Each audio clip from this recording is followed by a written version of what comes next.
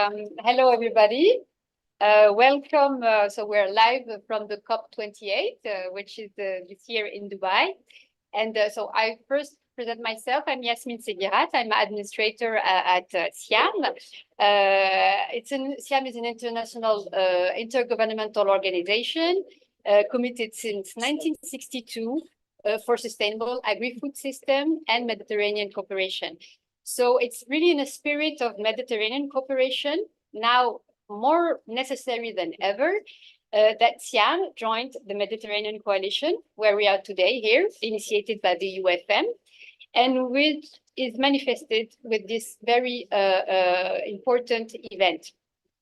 So in this space, we will try to carry as much as possible the voice of the Mediterranean, rural and agricultural world, who are facing with many challenges posed by climate change. It is also in the spirit of cooperation and collaboration that with EMEA, so the Association of Euro-Mediterranean Economists, we wanted to organize this very interesting event on agroforestry. So agroforestry sector in the Euro-Mediterranean region towards novel policies, cooperation and financing frameworks. So agroforestry, very briefly, is the association of trees and crops or of animals on the same agricultural spot. This ancestral agroecological practice allows better use of resources, greater biological diversity, and the creation of a microclimate favorable to increase yield. With the growing ambition of the European Green Deal and the regional development agendas to overcome current challenges related to climate change, environmental degradation, and food security, policy initiatives and sustainable practices are needed to transform the Euro-Mediterranean region into a more integrated, resource-efficient, and competitive economy. Agroforestry is a multifunctional system, and it could be at the center of this transition, given its potential environmental, economic, and social benefits. There is a need today for a policy framework that links food systems, agriculture, forestry, and rural development for a holistic approach to environmental, economic, and social sustainability. And of course, to overcome the most critical barriers to agroforestry adoption in the Euro-Mediterranean region. So to discuss this very interesting subject, today we have experts around the table in presence, but also online. And we will discuss together the latest developments and the initiative in the field in agroforestry. But also what we'll try to do is to also discuss the potential levers that we can activate to strengthen Mediterranean cooperation in these areas. So very quickly, I will present each speaker and I will give the floor for each of you to present the latest developments, perhaps a project or an initiative, and then we will have an open debate and a discussion around some questions. So very quickly, please, Ivan, can you introduce yourself? And then we will, each of the speakers can just present itself and its organization before you have the presentation. Yeah, Ivan, you have the floor. Yes, good morning, good afternoon to everyone. Now, first of all, I would like to say that I'm delighted to participate in this session on behalf of the Euro-Mediterranean Economists Association. So I'm working as a researcher at the Euro-Mediterranean Economists Association on the Reforest project, which is a 4-year project founded by Horizon Europe. And previously, I obtained my PhD in economics at the University of Barcelona, and my main areas of interest are economic policies, environmental economics, agriculture and forestry, and natural resources. Thank you, Ivan. Martin Lukac, is the I pronounce it well? Yes, it is. Thank you. Good morning. For it is still morning for me here in the UK. My name is Martin Lukac. I am a professor of ecosystem science at the University of Reading, and thank you for the invitation to this panel.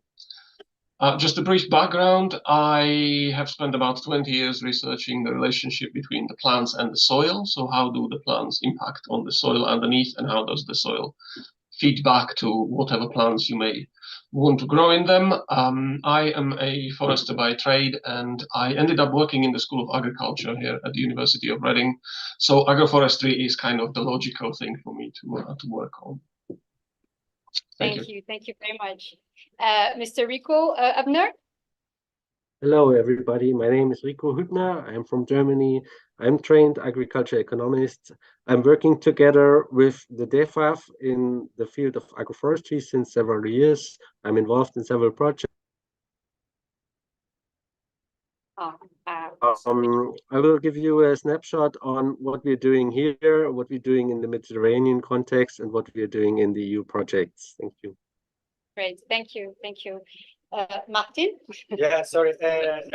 So I'm Martin Heibel. I'm the communication manager of now called the Interreg NextMed program, which is the largest funding cooperation program supported by the European Union across the Mediterranean region. So we are fully committed to advancing solutions for addressing climate change in the Mediterranean area. We fund projects for this. So today is also a call to join us in this journey to a more resilient Mediterranean area. Thank you. Thank you, Martin. Thierry, my colleague. Yes, hello to everyone. I'm Thierry Dupeuble. I am the director of the CIHEAM Montpellier. That is one of the 4 institutes of the CIHEAM. And well, as the other institutes, we are deeply engaged in training, high-level training, research projects in the framework of Horizon Europe, as some colleagues already mentioned it. And we are also involved in some development projects. That means we are trying to evolve and invest in the field in the way of developing agriculture and rural development. Thank you, Thierry. And last but not least, for the GID, I will give the floor to Michèle, Gendreau-Massaloux, and Jacques Brulhet, if you can, because you're intervening both for the same organization. Yes, we are here as vice presidents of this group of academicians. And in my own position, I am a researcher about Mediterranean cultures and languages, and especially the relationship between the Neo-Latin languages and the Neo-Latin states, but also as a member of the French team who created the Union for the Mediterranean, and also created 2 universities, one in Slovenia, Piran, EMEA, Mediterranean University, and another one in Fès, the Euro-Méditerranéenne Université, and creates common programs with all the countries around the Mediterranean for students. And I will speak about this group of academicians, which is the GID, and which is a lot of cooperation, especially with the CIHEAM. Thank you, Michèle. Jacques? Yes, hello, my name is Jacques Brulhet. So I am also, as Michèle, Vice President of GID, because I've been the President of Académie d'Agriculture de France. After a very long career in private and public sector in Asia, in Africa, in Europe, in Mediterranean countries.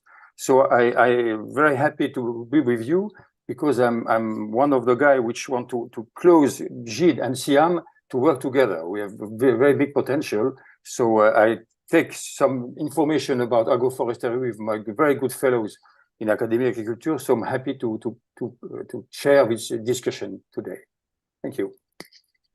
Thank you. Thank you very much. So very brief presentation, and we're in time.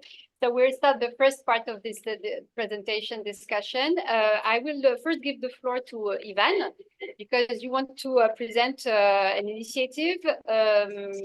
So I give you the floor. You have 6 minutes, and you can share your PowerPoints. Yeah, thank you.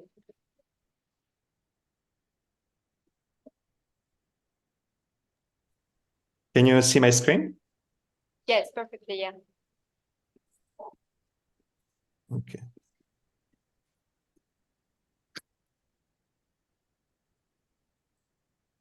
So Good morning, good afternoon to everyone. So the aim of this presentation is to give you an overview of the recommendations for new policies and financing frameworks in the agriculture sector in the Euro-Mediterranean region.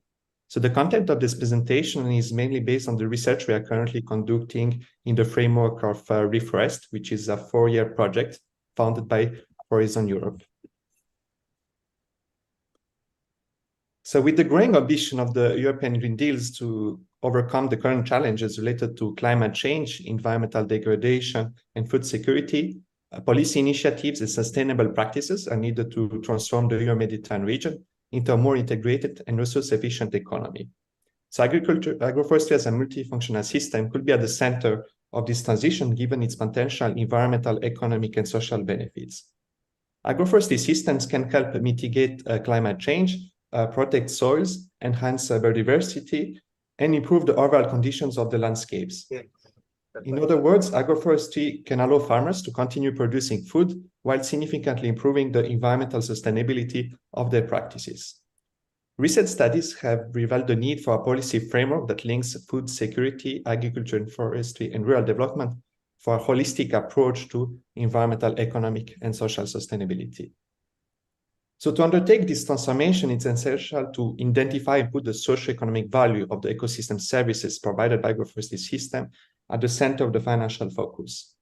Carbon sequestration and biodiversity enhancement are good examples of ecosystem services for which enabling payment can incentivize farmers to adopt agroforestry system.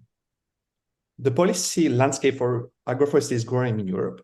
Agroforestry receives support within the new CAP and major EU legislations, such as the European Green Deal, the Biodiversity and Farm-to-Fork strategies, and the EU Forestry Strategy for 2013. These European policies also promote carbon farming practices, such as agroforestry. Carbon farming represents a holistic approach to sustainability by providing farmers with an economic reward for the climate environmental actions that benefit the societies. There are several barriers to the adoption of agroforestry in Europe. This includes the permanent nature of the change, which has legal and economic implications, the incumbent uncertainty, and the complexity of agroforestry, which requires very specific knowledge. Farming is also a risky and costly business, as agriculture is more dependent on the weather and climate than other sectors. There are so many regulatory inconsistencies and a lack of political support between agriculture and forestry in European policies. There are also several technical challenges related to the practical implementation of carbon farming schemes, which includes, for example, the risk of uncontrolled re-emission, the identification of the potential impacts on biodiversity, and the complexity and high cost of monitoring, reporting, and verification systems. So innovative financial instruments and policies based on payment for ecosystem services need to be developed to overcome the main barriers to agroforestry adoption. So recognizing the core benefits of agroforestry and rewarding farmers for delivering them will be very important in upscaling agroforestry. So the financing scheme for agroforestry requires the identification of the environmental results and the appropriate land management practices to achieve them.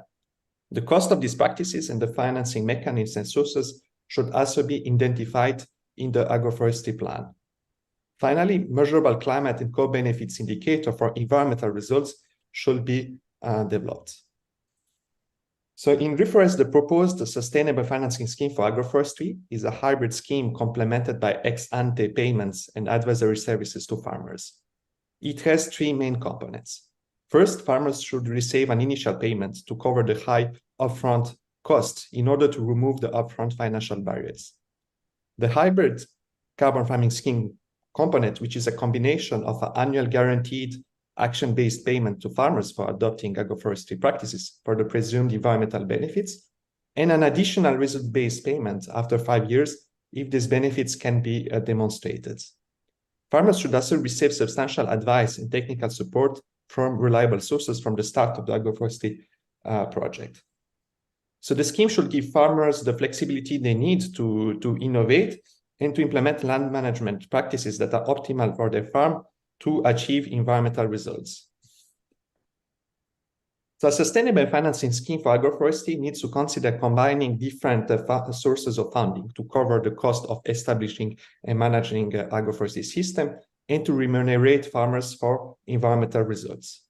Agroforestry can be funded through the CAP or other private initiatives linked to voluntary carbon market, the corporate supply chain, or to a combination of these funding options. However, only voluntary carbon markets are generally result-based. The CAP policy instruments can cover the initial and ongoing cost of farmers by providing action-based payments for the presumed environmental benefits of their land management practices. There are several expected changes to come over the next year. So in order to provide direct incentives to farmers, it seems necessary to integrate payment for environmental results into the CAP, in particular in greening payment and eco schemes under Pillar 1 and agriculture, environment and climate measures under Pillar 2.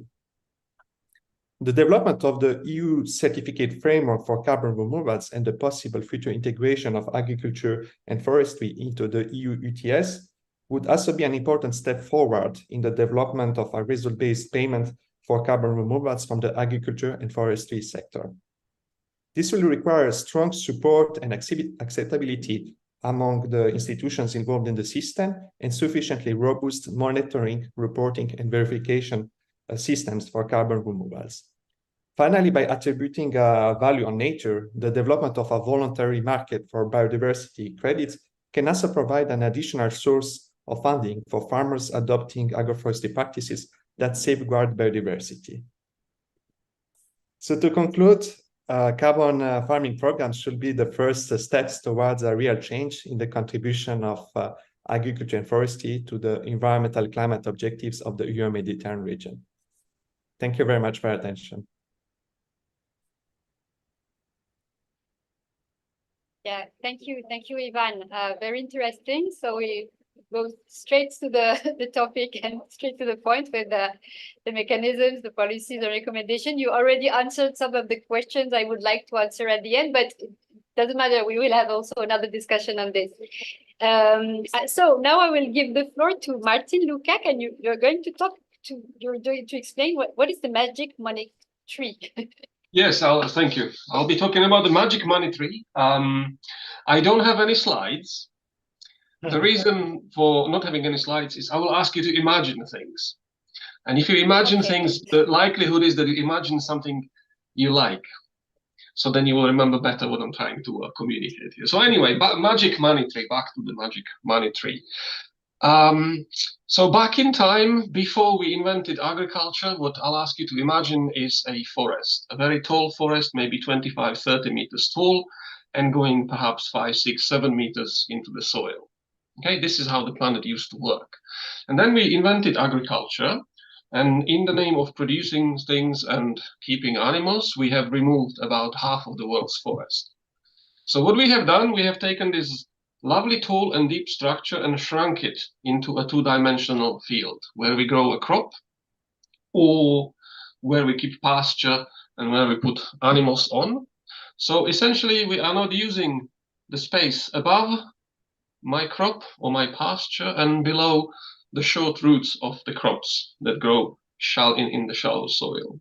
So this is what we have done to about half of the world's forest, as I've already said. So what we are trying to do with agroforestry is obviously we cannot just get rid of agriculture because we have 8 billion people to feed. So that is not going to happen. So the challenge is how can we possibly put at least some of the trees back into these systems so that they utilize the opportunity to produce things a little better, because I have a lot taller structure and I have a lot deeper structure all of a sudden. So one of the two kind of easy benefits of putting trees back into the fields is, the first one is carbon, because you capture carbon in the trees. Since half of each tree is carbon, as each individual tree grows, they will capture carbon. This is what they do. Then the additional benefit to carbon capture of agroforestry is that if you plant trees, you do not allow machines access to the soil anymore in the place where the trees are, because obviously trees get in the way of machines, give or take. So you start capturing carbon in the soil because you do not disturb it anymore. This is a little, one needs to hedge it because it depends what kind of soil you start with, but by and large, all arable soils are depleted in carbon. So if you plant trees and you stop disturbing the soil, you will start accumulating carbon in the soil. So that's on the carbon side. And the other benefit that is kind of easy to imagine is if I plant trees, I create a habitat that wasn't there before. So all of a sudden, I have a habitat where birds and insects can live. That's above ground, and I create a habitat below ground where all sorts of fungi and bacteria, which were not in my field, but need trees in order to live, they can colonize the space. So if I just plant trees, or if I integrate trees into an agricultural system, I can start accumulating carbon, and I create a biodiversity benefit. This is kind of the low-hanging fruit that I hope it's easy to imagine. So that's on the, let's call it the supply side. And what we have on the demand side is we have this ask from the society to start sequestering carbon because of climate change. And we have the ask to enhance or provide habitat for biodiversity. And this is driven by government targets. Here in the UK, for example, we have specific government targets on both of these issues. There is the society's expectation, as I already mentioned. So people ask for this. This is what the farming business should deliver. And finally, we have a largish drive from the ESG application in business. So this provides an opportunity because we have the opportunity to supply these things on the farming side, and we have the demand. The only thing which we need to do is to put these two together, and ideally we have an expansion of agroforestry because we know that agroforestry can deliver on these things. So what we are doing, and this is the Reforest project, for example, that Ivan just mentioned, what we are trying to do in there is to join the dots, essentially. So if you go and talk to farmers and you ask them to install agroforestry where they do not have it at present, by and large, they say that, look, I don't know how to do this because I cannot go and see a system like this anywhere nearby. So we need to provide some training and information and help on how do you establish and run an agroforestry system. So these are medieval systems, essentially, perhaps even older, but we have lost the knowledge in the name of agricultural efficiency and economies of scale.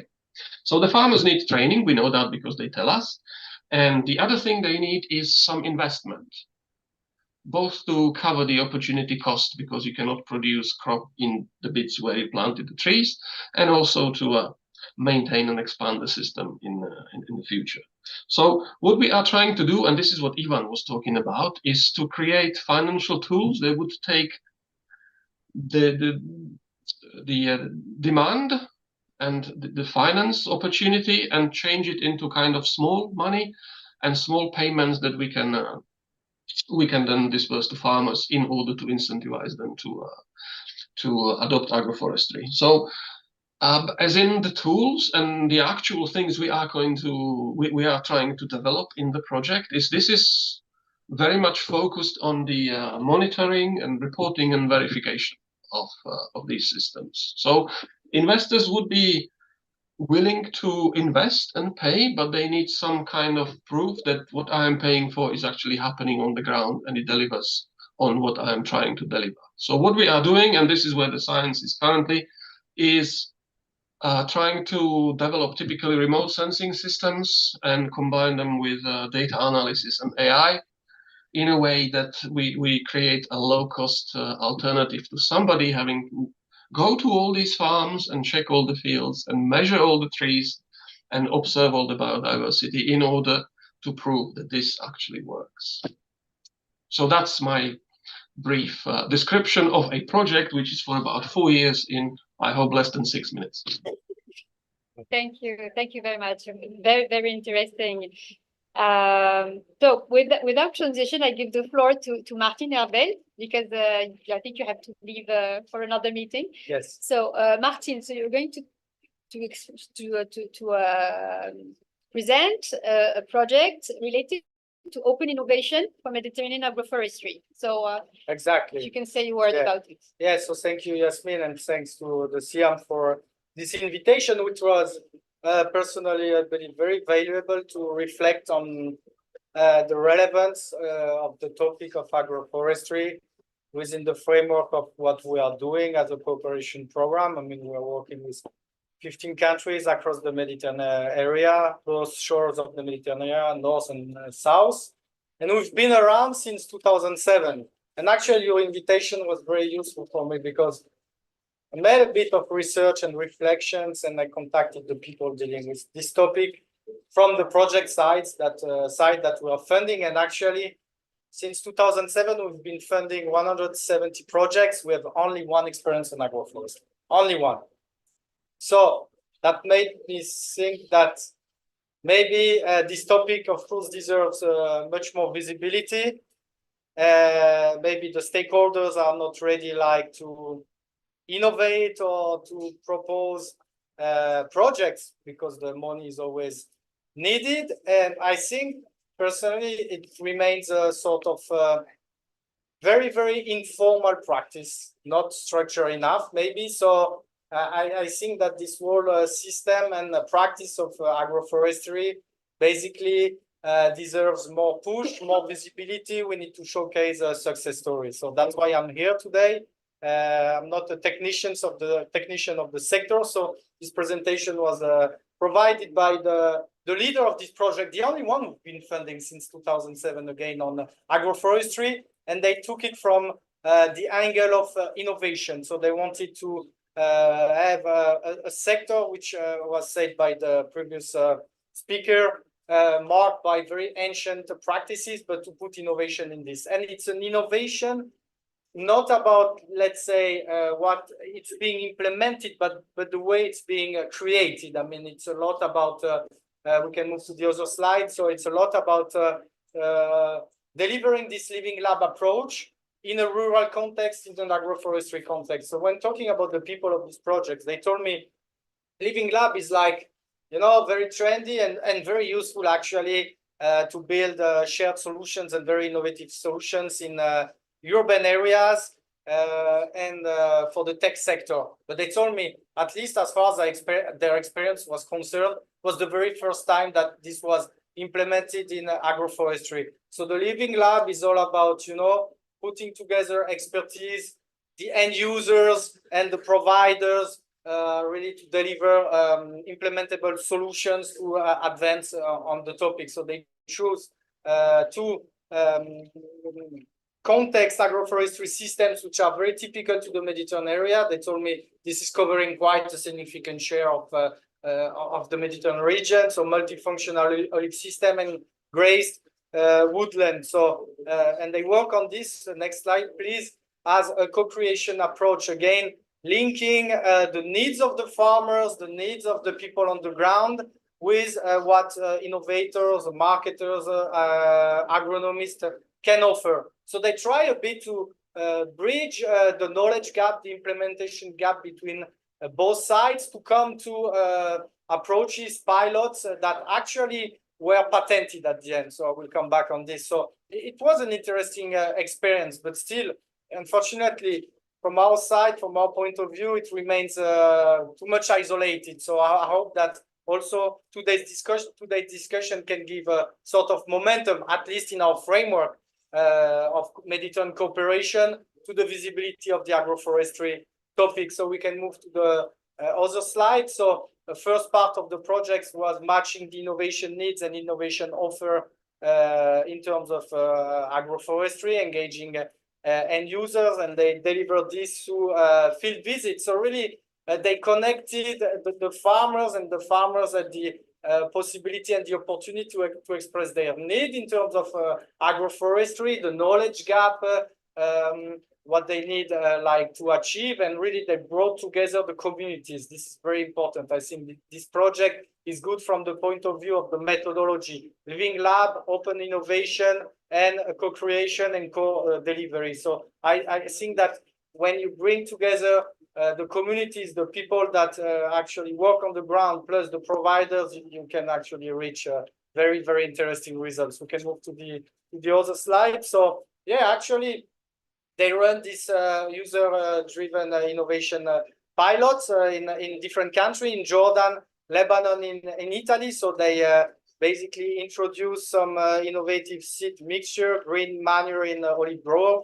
So they tested, of course, using local and very Mediterranean seedlings. So really to expand the agroforestry reach in olive multifunction system. So they tried on field and they involved the farmers.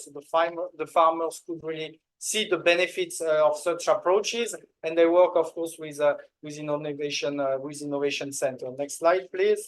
And also, I think this pilot action they did in northern Jordan, a huge reforestation projects of over 2 hectares of forest woodland, using only local seedlings, oak, kerchus, carob, bruce, artemisia, wild almond, dedicated to pastoral grazing. So there is also at local level in Jordan also a push, at least an awareness that there is a need to further develop local really agroforestry pilot. So this is a clear example of what we have funded. I mean, the site is huge. We have visited it, and it's dedicated to pastoral grazing. So it's also, of course, open to the communities, to the farmers. And it's a very interesting initiative. I mean, it's backed by the government, by the National Research Agency. So they also try to give visibility to the environmental and social benefits of agroforestry. We can move to the other side, and they delivered interesting inputs in terms of results. I mean, they also link, they try to link as much as possible with the innovation side, but also with the business side also, because we need really to develop entrepreneurship around agroforestry. I mean, there are companies that can provide services. So also the innovation came from a partnership with local SMEs, and everything was embedded into national catalogs that then were shared with the communities of the agroforestry stakeholders in the different countries. So they also try to give visibility to the knowledge that is available, the innovation that are here for implementation, and also they try to link as much as possible with local SMEs. So they create this ecosystem, interesting, valuable, and vibrant ecosystem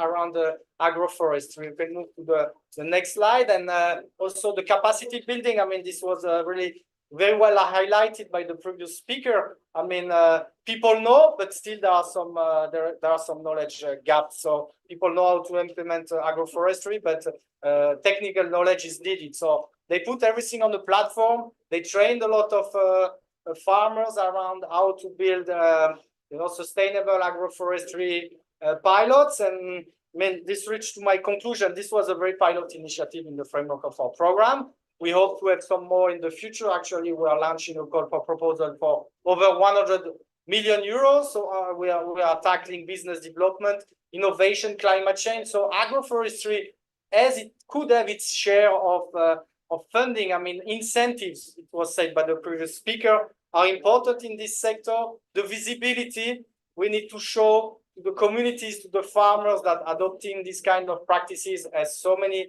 environmental benefits, but also to the decision makers. If decision makers, agencies, farming agencies, forestry agencies are not there to push these practices, I mean, there will be an implementation gap. And mainstream as much as possible, especially in southern Mediterranean country, these practices into policies. I mean, they need to be more visible. And the questions, of course, of the skills. People, farmers need to regain that knowledge that's been with the Mediterranean for a very long time, but maybe in a more structural way. So this would be my conclusion. Thank you again for the invitation.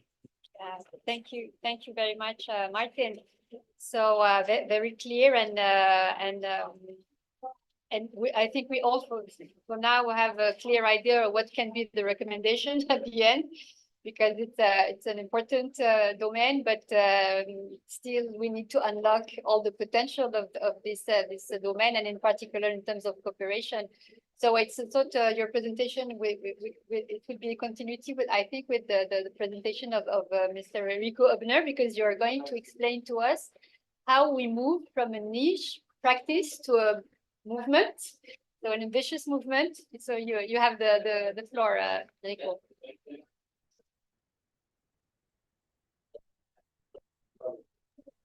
Thank you, Yasmine. I will try to make the full screen. Yes, moving a multifunctional land use system from the niche into a movement. This is the challenge. I'm going through several aspects of this complex issue of agroforestry and how to bring it forward. And the first one, of course, often is policy. And looking back to the year 1986, when agroforestry was first mentioned, this was more or less a long and winding road through the institutions, through Europe, through the national legislations to today. And one of the key highlights, of course, was the COP21 with the Paris Agreement and the Katapo initiative, bringing forward the topic of greenhouse gas removal through agriculture. Then, of course, the farm to fork strategy in 2020, biodiversity strategy. And what happened in Germany was that the parliament initiated a regulation that the German government should also move forward in the field of agroforestry. So last but not least, the CAP strategic plan that is into force now has mentioned agroforestry, I think, 15 times. And there, the legal rules given by the Europe are already really wide and really giving the member states opportunities to fund agroforestry in the CAP. And for example, it allows the funding up to 100%. However, reality shows us that the national legislation is sometimes a bit reluctant and allowing funding of 40% and such things. So that's a field where we really have to work on. On the scientific side, the evidence is pretty clear. There have been thousands of articles about the possible positive effects of agroforestry. Just to give you a short example with respect to water management, which is very relevant for the Water Framework Directive, for instance. So you reduce water runoff, you keep more water in the land. There's also a very important effect on biotope connections, buffering rivers and streams, for example, from plant protective measures that you don't want to have in the rivers. Also, the shading effect is very important. And there's a number of other positive effects, for example, also with respect to the groundwater. As you know, in many areas, we have big problems with too much nitrate in the groundwater. And last but not least, it's very important for the protection from flooding. And with the increasing severe effects of climate change, the effects and the probability of tremendous floods is ever increasing. So the evidence from science is pretty clear. Now, how do we get it into the practice? And one of the important things here is that we need to extend on the planning and advisory services, and also state extension services very much needed. For example, the 2 EU projects like Reforest, it has been presented already, but also Digitaf, they are working on certain tools for the planning and also for the decision support. An example from Germany, we have set up a agroforestry planners and advisory network. It's a platform where private planners can present themselves. So farmers would be able to find somebody that could help them putting agroforestry into practice within their reach or within their area. Also, education is super important. I'm talking here on several levels. First, of course, it has to be brought into the farming schools. And we found out this is a very difficult process, as these systems seem to react to modern challenges rather slowly. So we took a shortcut and we set up the so-called Agroforestry Academy, where farmers can sign up for a one-year program where they learn together with planners on how to create their own agroforestry systems, how to plan it, and also, of course, spread the word to other farmers. Another important issue in this field of education is, of course, conferences. These have to be seen on the national levels, in the national languages, but also we have seen several very nice and very, let's say, politically visible European and international conferences, for example, the European Agroforestry Conference. So right now there's the call for the next European Agroforestry Conference taking place at Mendel University in Brno. Usually there are like 200-300 people from all over Europe attending, and it's a very important event in the field. Of course, many new opportunities. It has been mentioned several times already. There are a number of new possibilities for businesses, for companies, for consultants, both on the upstream sector, for example, in the tree nurseries and advisor sector, but also we need the development of new technology that is very much adapted to the land use system of agroforestry. These can be small scale, but also larger scale, for example, tools that are developed for harvesting wood and creating wood chips. And also on the downstream sector, there's a huge field of carbon markets. I read that 70% of worldwide nations plan to introduce system of carbon trading and carbon management. And we really have to look closer on this issue, and especially now with the new, let's say, developments on the level of the European Commission and the Parliament to include not only carbon, but also other greenhouse gases like laughing gas and methane. So at the end, there's quite a huge possibility for businesses to get involved and make also a living from the agroforestry sector. And not to forget the importance of the public.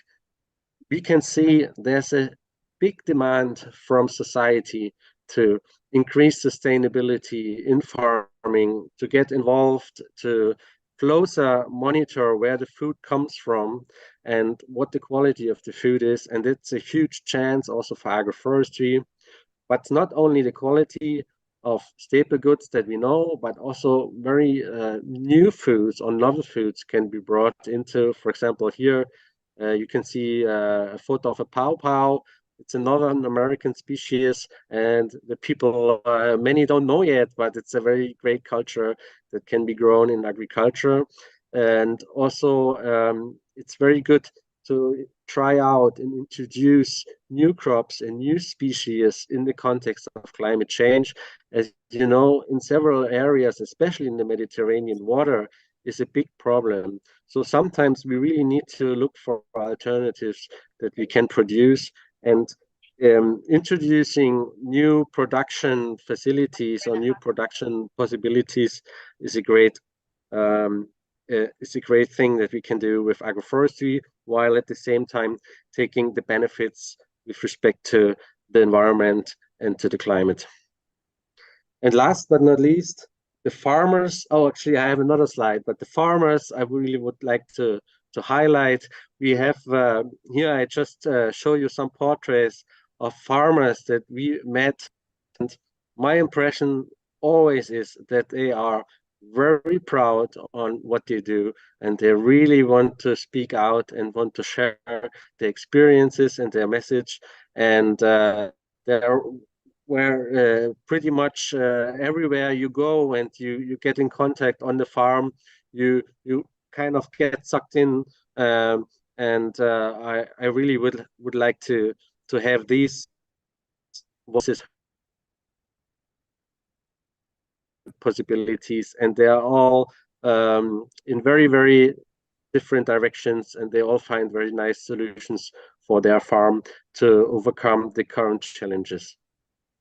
And a bit stretch on the role of associations and the NGOs. As I work for an NGO in Germany, we only were found in 2019, but we are having more than 450 members now, and we are working on the fields of advice, sensibilization for agroforestry, and also provisioning information on various levels for various addresses. We work on the networking and also in the field of scientific research. And also I would like to draw your attention to the European level. It's a European NGO, the European Agroforestry Federation, located in Montpellier, and they are doing a great job bringing together policies all over Europe, synchronizing ideas, and also supporting countries where agroforestry is still in its infant to learn from other countries that are already maybe a little bit further, but altogether bringing the topic into policy and bringing the topic forward amongst the farmers. So thank you very much. And we can later discuss, I guess, in the session. Thank you. Yeah, thank you. Thank you very much, Rico. It was very interesting and very inspiring. I am not an expert of agroforestry, but hearing you all for the moment, I think it's really a domain that actors, even not directly involved in agroforestry, should consider much more. And we are discovering also potential partners you're mentioning. I just wanted to say that all the presentation will be available for people who are interested, and of course we will share the contact, because these kinds of discussion and webinar is also to create links with the different kind of partners at different levels. I now will give the floor to my colleague from Montpellier, who is not an expert of agroforestry at all, but he was very interested in intervening to put together issues that are complementary or connected to agroforestry. So we will in particular make links on agro-silvopastoralism practices in the Mediterranean region, and see what can be the connection and the interface possible with agroforestry. So Thierry, you have the floor. Thank you, Yasmine. Yes, maybe you have noticed that in the previous presentations, except one that the second Martin who took the floor did, and except in the last one, in the logo of the association, you have seen no animals. And my point is that maybe the oldest type of agroforestry is previously the silvopastoralism. That means the coexistence with agriculture, animals, and forests. And I think my point would be a plaidoyer for not forgetting silvopastoralism, especially in the Mediterranean region, because it is in this region that probably it has been the most developed even now. And don't forget that even in the south ribs of the Mediterranean region, there is still agro-silvopastoralism systems, and the farmers in these systems are still getting a huge part of their needs from forest and from this association between agriculture, forest, and livestock. And how comes this oldest type of agroforestry has disappeared, or has disappeared from our attention, and how comes that the public policies didn't pay more attention to this form of agroforestry? I think that the first Martin who took the floor, gave us some explanation at what time, and probably in the very whole time, but I would say also in the very recent time, the second part of the 20th century, when we try to develop agriculture, we develop agriculture on a specialized way. That means agriculture has developed in the Western countries and in the Northern countries as based on specialization and specialization of surfaces. And from that point of view, that would mean that there is no way for mixing agriculture and forest. And that became, maybe it became before, but that became different and a specialized way to grow either forest, either agriculture. And all the public policy, especially in the CIP, is based on support and subsidy, which is based on surface. And there is no support for agro-silvopastoralism. And the only support within the CAP, the CIP, for pastoralism is an indirect support. It is viewed as lands that has some bad productivity, and they have to be supported as such, as bad, as lands which do not have some potential for the agriculture we are supporting in the other part of Europe. And that's why pastoralism has become marginal and under the scope. And I would say that now public policy, and maybe through the interest through agroforestry, should put more attention, to the pastoralism, even in the south, but even in the north. And we had some discussion some times ago within some different countries in the Balkans, in the Mediterranean region, in France and Italy and so on. And we made we made the point that it was under the scope, and probably we should cooperate more within these countries and within all the Mediterranean countries to support bigger attention to public policies to pastoralism. I would not be longer now, because maybe we could come back to this point in the debate. Thank you. Yeah, thank you, Thierry, and thank you for linking this points. Of course, yes, we will have a discussion. I will have some questions, but you will have also the possibility to react to each intervention. So, but for the moment, we all the panelists, we can summarize your position, your presentation, like a sort of vibrant call for a better recognition of agroforestry, more ambitious financing and policy frameworks, at least at the European level.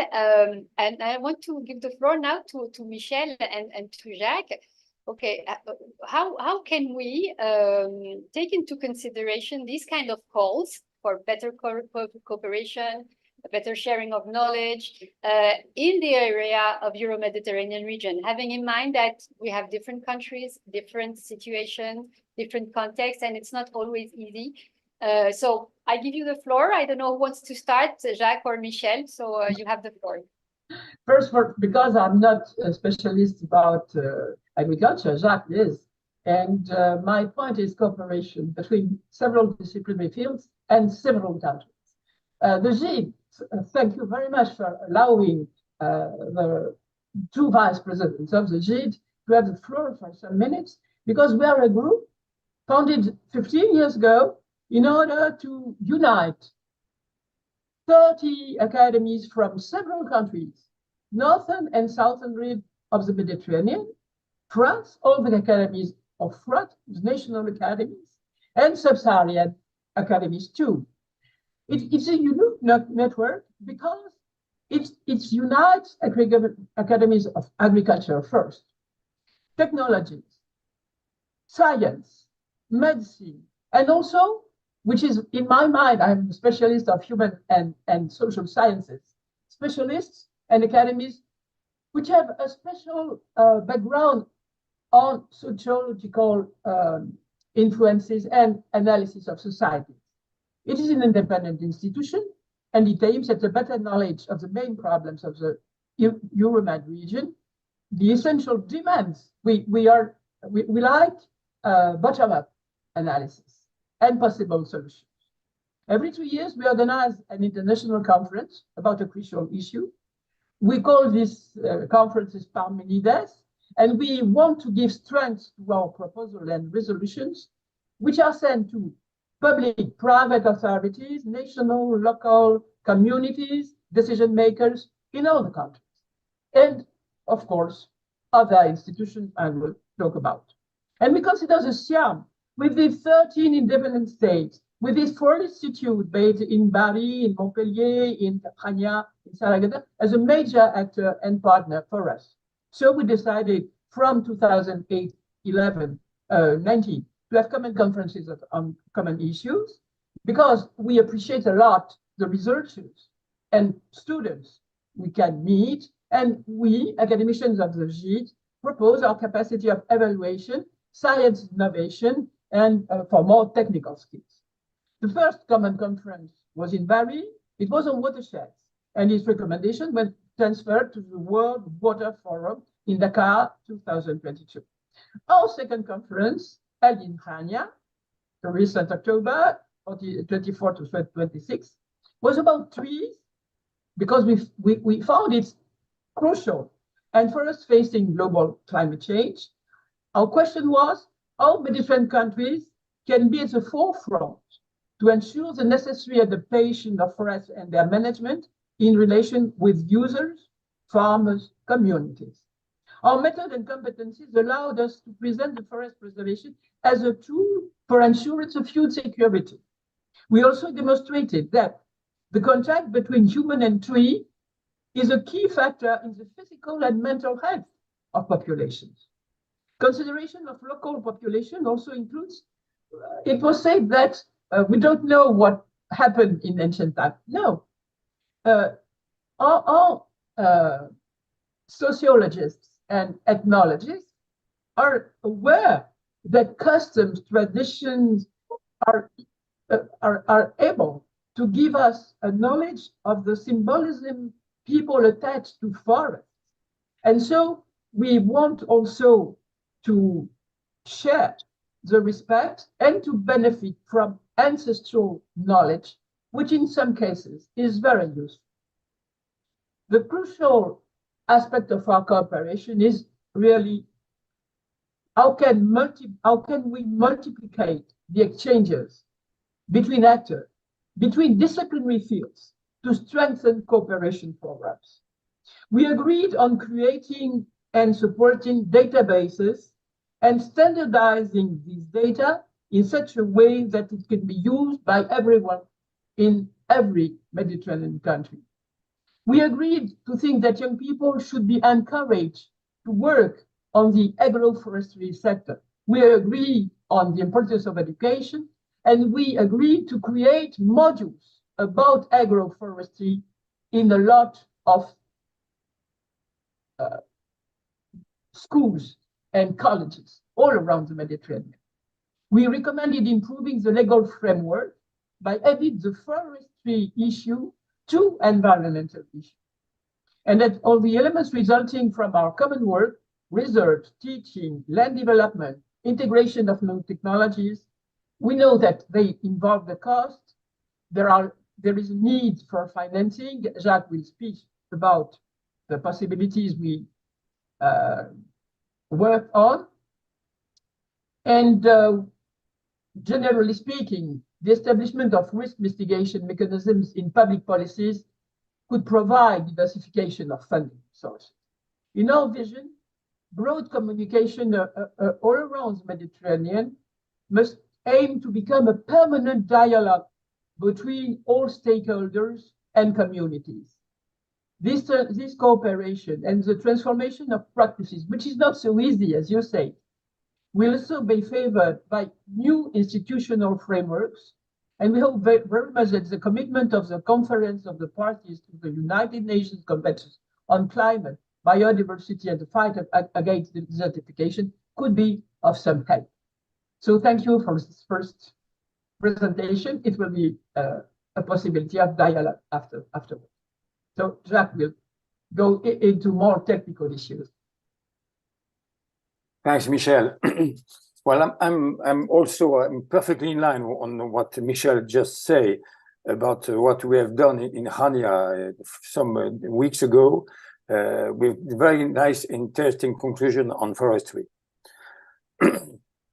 I should give some addition on what she say on what we are conducting, reflection we are conducting in GID, and also in the Academy of Agriculture of France, which we have a lot of specialists of this kind of new science, trying to focusing on some general and technical economic aspects for the agroforestry. As you say, and you are better expert than me, trees and forests are directly affected by climate change. And so it is vital for us to coordinate and combine new public policy with the extensive research carried on by Institute, as well as with a remarkable local initiative being developed in several regions. For us, it's very important to combine policy, research, and this local initiative. Similarly, training young people and informing general public must be priority, but you said that before me. Safeguarding our forests and planting trees is a major tool for adapting Malperian ecosystem. But you should remember that in forestry and also agroforestry, it is not only planting trees, which is important, of course, but it is fully necessary to ensure the growth which requires long and costly protection and monitoring. We know that very well. So how can we finance this action, essential for this transition, and how make agroforestry economically viable and sustainable? Specific, innovative, and adapted measures need to be recommended, and this is our vision.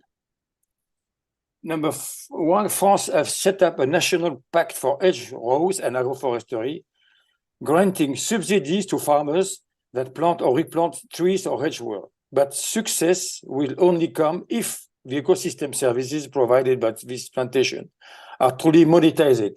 That's what some of you said before, such as carbon sequestration by trees, their role in water retention or protection of biodiversity. This ecological remuneration is a major challenge that will require further research, such as the exact quantity of carbon sequestered by different species of trees.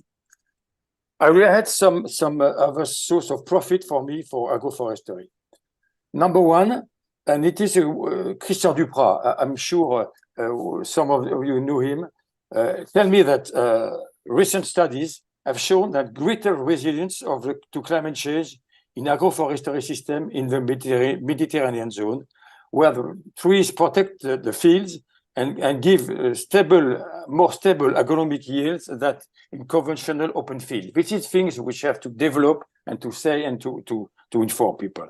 Number two, trees and shrubs can be a significant source of animal feed. This is not done very well, but it might be developed for me. Number three, harvesting fruits, trees, or medicinal plants can also make agroforestry more profitable.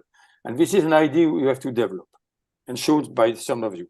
Four, with consumers increasingly interested and concerned by ecological transition, it is possible that a special label for agroforestry products should be a new source of profit for the farm concerned. This is another idea.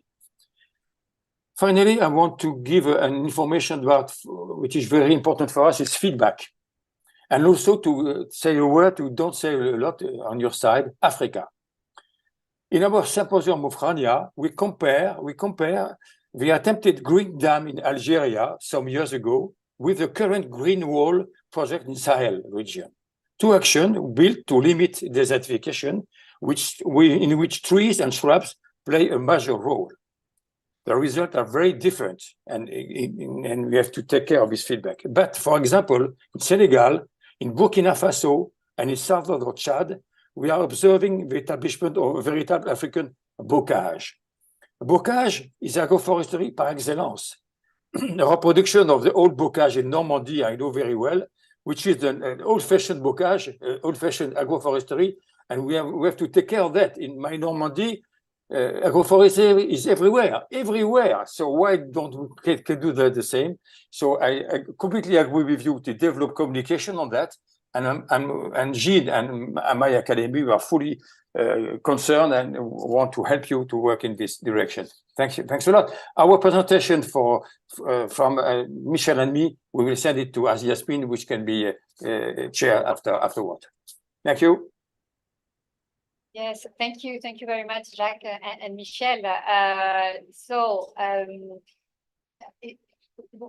A lot is already existing. We have ancestral practices. And in particular also in the Mediterranean region in the south. Thank you for connecting also with the issues you mentioned in sub-Sahel Africa.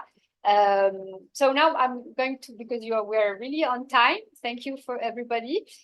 You mainly answered to the question I wanted to ask, though. So I will first give you the possibility, if you want to ask a question between you, interact.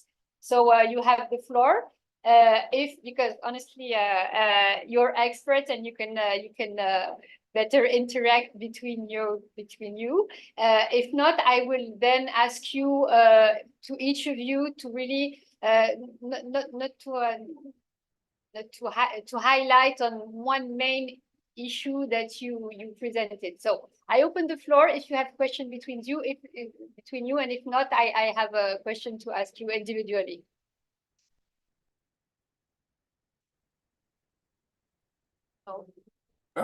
For me, for the panelists, between if you want to intervene or interact or have a reaction on different presentations. On my side, I've been fully interested by all the presentation, and my idea is to share all this presentation with my colleagues of GID and of Academy of Agriculture, because they have I have a lot of questions on that. Could be a new webinar or a new conference later on with what you have said. And GID is here to help you in a way, especially what Michèle said. We are between the official, the administration, the academia, the researcher, and the local and practice, which is for me very, very important. As I tell you, I have a colleague who work in Burkina Faso. Just to share, this is a bocage of Sahel. See, this is what they do, and this is the picture of what he done in Sahel. It's extraordinary. So this guy should have some help, and we are together to help him. Thank you. Yeah, thank you, Jacques. Martin, you want to take the floor? Yes, I had a question actually. Well, first of all, thank you for the presentations. I took so many notes. I'll have to spend an hour trying to sort them later because there were so many interesting ideas, which thank you for that. But since the session is on the Mediterranean, for me as kind of an ecosystem, that's what I'm interested in. The challenges in the Med that jump out at me is water and soil protection. But I wanted to ask, can you think of some other challenges which would be specific to either agriculture or agroforestry in the Med? Something that we need to factor in when we are looking at these systems? Yes. Michèle, yes? Yes, I consider that farmers, which are really eager to develop new skills and new, as you say perfectly, have a specific relationship with the citizen of the citizenship. There's a great movement towards the ribs of the Mediterranean, building new cities, and a lot of people are quite convinced that their life would be better if they move towards the cities. So I think that one of our missions, if we want to preserve the agroforestry system and the richness of the soil, is to prevent the immigration from the agriculture to the cities, to the large cities where sometimes they will find no job.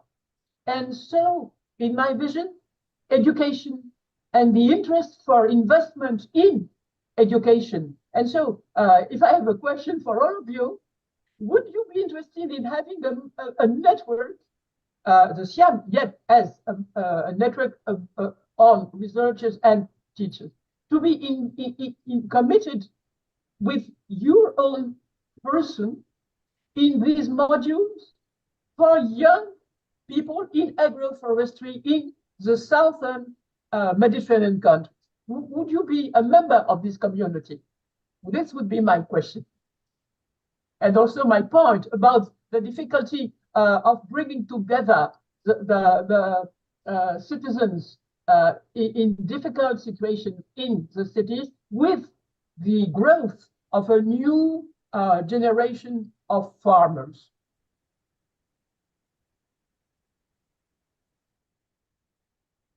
I think the answer is yes to your answer to your question, Michèle. I see Rico saying yes. Perhaps you want to react, Rico. You raise your hand also to intervene. The micro is off. If you Yeah, thank you. Just a short comment here. I'm sorry, of course. Also, silvopastoralism. I mean, we have always these three parts. It's the trees, it's the arable crops, and the animals. Sorry, due to short notice, no, we noticed the cow. I changed my background at least to help out a bit. But no, seriously, talking to chicken farmers, for example, they always report they don't need any antibiotics. They do very well because all the tree droppings, all the little insects, they have a very high quality. But I think the source deep inside the common agriculture policy is that the land use is divided into arable land, permanent grassland, and permanent culture. And so was for many, many years the payment that led to a further specialization. Now we are trying to bring back this integrated thinking, holistic thinking. Animal manure is a natural source of nutrients, and so on. Closed cycle economy, let's think about this. But the structures in policy are often against. And my impression in discussion often is when we are showing pictures like I have in my background, that the professionals from animal science and from food processing science and so on say, well, that's all beautiful, but it's never going to feed the world. So, you know, we're talking about a high-rise system in China where they have 10 floors and millions of pigs produced year by year. I mean, that's the other side, let's say, maybe the dark side of agriculture. But yeah, the discussion in this field is more difficult than, let's say, in arable science, because in arable science it seems like the pressure on the land and on the resources, and last but not least on the money, on the price of a piece of meat in the supermarket is maybe less demanding, let's say. Yes, thank you, Rico. I think Thierry wants to react to your just intervention. A few words about what you were saying just now about the what about feeding the world and the billions of people. That has been always the argument towards against some evolutions. Organic farming cannot feed the world. Agroecology cannot feed the world. I recently, just 1 year ago, during the foundation of the Crédit Agricole, which is called FARM in France, there was the main topic was the agroecology, and some representatives from Africa just said, but are you sure that agroecology will feed the world? And that is something which is to my point of view, very ideological. That is arguments that are provided by sectors who don't have interest, you know, in promoting agroecology. And if we get rid with all the food waste we have in the value chain, we could feed much more than the people. And don't forget, one of the most affected by starvation is sometimes farmers, because they are involved in some farming system that prevent them to get access directly to food. So I think that we have to demonstrate that such kind of systems like agro-silvo-pastoral systems, agroforest systems, I've seen the review and the association, are very productive also, and can demonstrate their efficiency in preserving resources like water, like fertility, and so on. And they have the ability to feed with high quality nutrition the people. Yeah, thank you, Thierry. So Jacques wants to react, and Martin, you wanted to intervene. So Jacques and Martin. Thank you. Well, it is very interesting, this story about agroecology can feed the world. Can the agroecology feed the world? We have a controversy in Academy d'Agriculture on that. And we have to take care of the argument of the two sides, you see.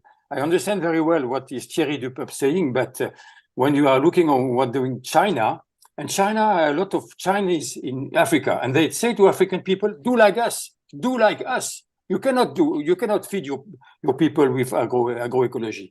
You have to build this kind of huge for pork and chicken. So it's easy to say, oh, it's wonderful agroecology, but Chinese they say, no way, you cannot eat. And you see, you must be very careful on that. That's why we are also preparing with the GID some controversy on that subject, with a question to 12 countries, a lot of specialists, because it's not so easy to answer. It's so proud, it's wonderful agroecology. The picture just behind Rico is wonderful. Okay, but Chinese they say, well, you are full. You cannot eat. You cannot food. So be careful on that. I try to make in my head the controversy one side the others, but it's not so easy. Thank you.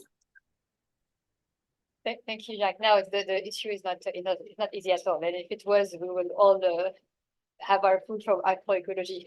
So yes, Martin, you want to intervene? Yes. And then Ivan. Yeah, thank you. A couple of points actually. I like the thing that Thierry said on the framing of organic agriculture is not going to do it. Agroecology is not going to do it. This is like, I don't know, a wild example. The president of the COP28 saying, oh, there is not really the science to prove that climate change is because of fossil fuel. Let me think. So anyway, joking aside, although it's a sad joke, what I wanted to say is that this is, I think, relevant to Europe. I am not sure about the African part of the Med or the Asian. Is in coming back to agroforestry and its support is not about enabling the CAP, for example, or the agricultural policy to support agroforestry. Sometimes it is about not making it banned, because the law as it is in some countries does not allow grazing in a forest. Yes. Or if you have a field which is classified as an agricultural land, you cannot plant trees on it by law.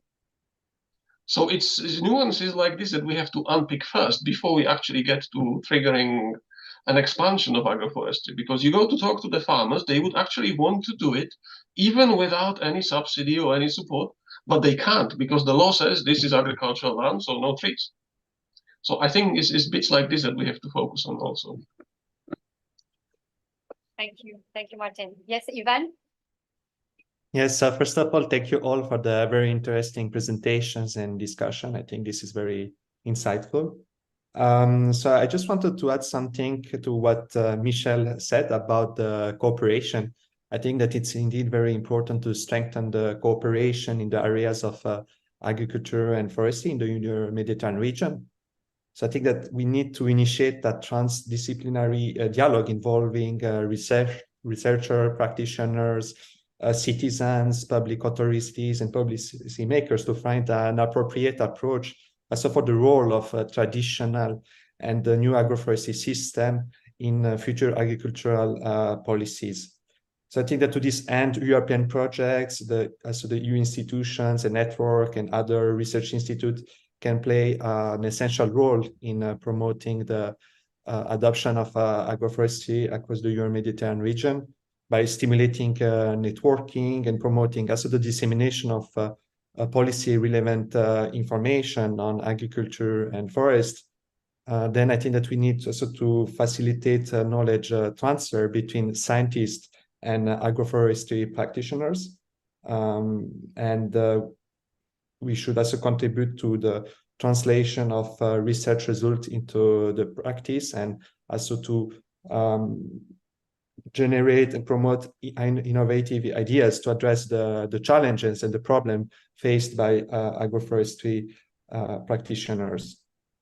So I think that there is a lot to do in order to improve the cooperation and to construct this multi-stakeholder dialogue. And but yeah, that's all. Thank you very much, Ivan. I have one question. In CIHEAM, I'm mainly in charge of working on women empowerment issues and youth, well, strengthening the place of youth and young people in the food systems. And when we were in Kenya, during the meeting we had, I think each panelist and each speakers highlighted the importance of having a specific approach for women and for young people in the Mediterranean region. I wanted to know if in the project you presented in and for example, in Mediterranean, we are observing really a feminization of agriculture. I wanted to know if in the project you are leading or implementing, you have integrated a gender perspective in agroforestry, and if it's an issue for you, and if you can share an experience about your practice. I don't know if it's the case. Martin or Ivan or Rico. The answer is yes. The short answer to your question is yes. Yes. We have specific tasks or project policy on improving the participation of women in agriculture and in food production in general. I was just trying to think of some examples that I could give you. So, but I think, okay, part of it is happening kind of organically, that I see more and more women participating in farmer workshops, in activities that we do and support. So that's something we can use and shore up. That's already happening. And then I suspect the other bit, which is where we can certainly contribute, is the messaging we give out. So rather than just saying this is good for the farmers, whatever intervention we are talking about, this is something you can do, to slip a message in that this is good for female farmers. I think we certainly can be a little more proactive on that. Okay. Other reaction on yeah. Maybe some impressions that I have, like I don't see I see the classical view of, you know, the man is driving the big machines and the woman is selling it on the market. You know, this is like a medieval image, but this is totally changing now. I mean, our students in agriculture, they also want to drive the big machines, and they are like managing it. But I really think by the nature of agroforestry, the sense of consumer demands, environmental concerns, caring for the environment, caring for the land, these are classical roles that are becoming more and more important in running a farm system, and that is actively brought in through the stronger involvement of women farmers, let's say.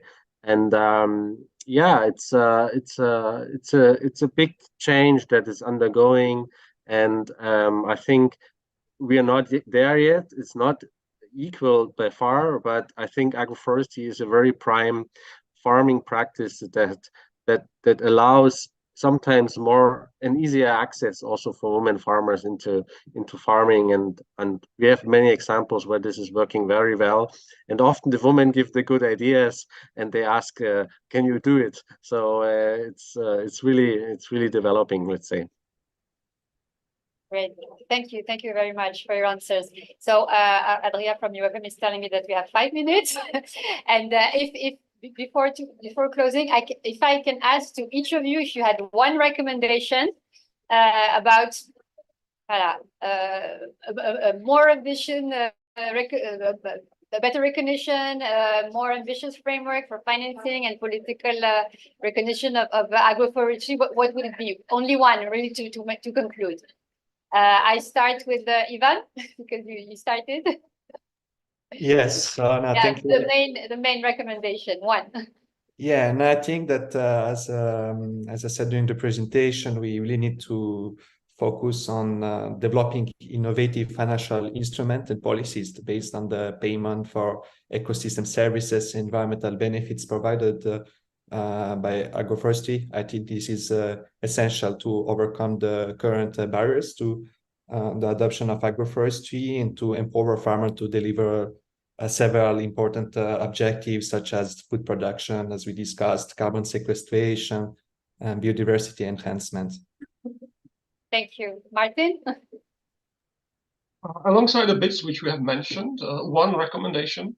Yes. I think to shortcut this issue of policy and actual application, what's happening on the ground, what I would like to see is the politicians and the kind of large-scale decision makers to come and see these systems actually on the farm and see how does it work and how does it not work.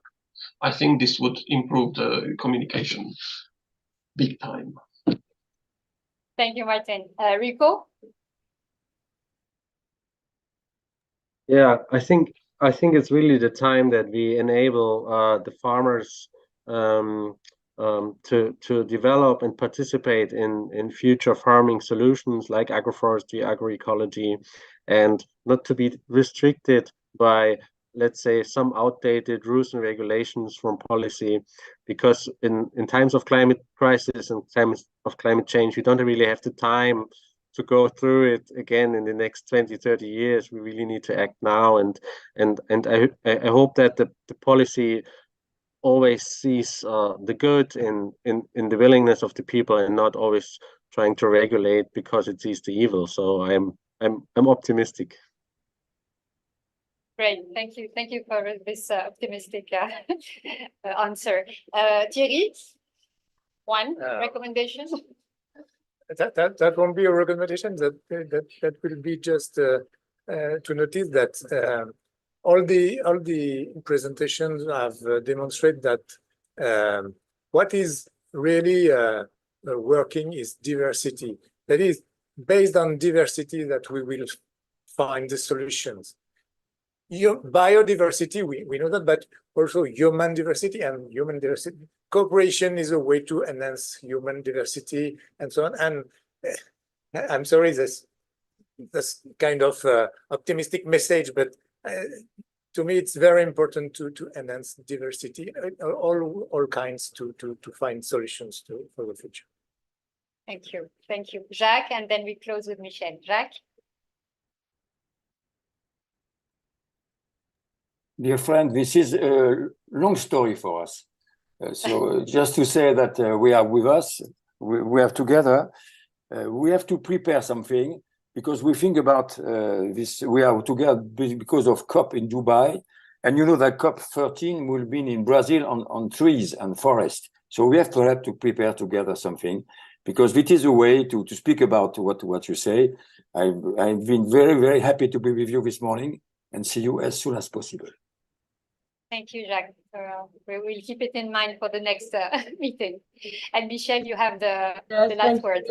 I completely agree with the aims proposed by, and particularly with the general line of to cope with our diverse fields of interest, but my target before Brazil should be pleased and to introduce agroforestry in every environmental public program, in every environmental college and university curricula, in every field of consciousness of the priorities for next time. Thank you. Thank you so much. Thank you very much, Michèle. I think everybody agrees. So I have to say thank you to everybody. We will have to leave now and see you soon. I hope for a stronger collaboration and other discussion. Thank you very much to everybody. Bye-bye. Thank you very much. Bye. Bye. Thank you. Bye.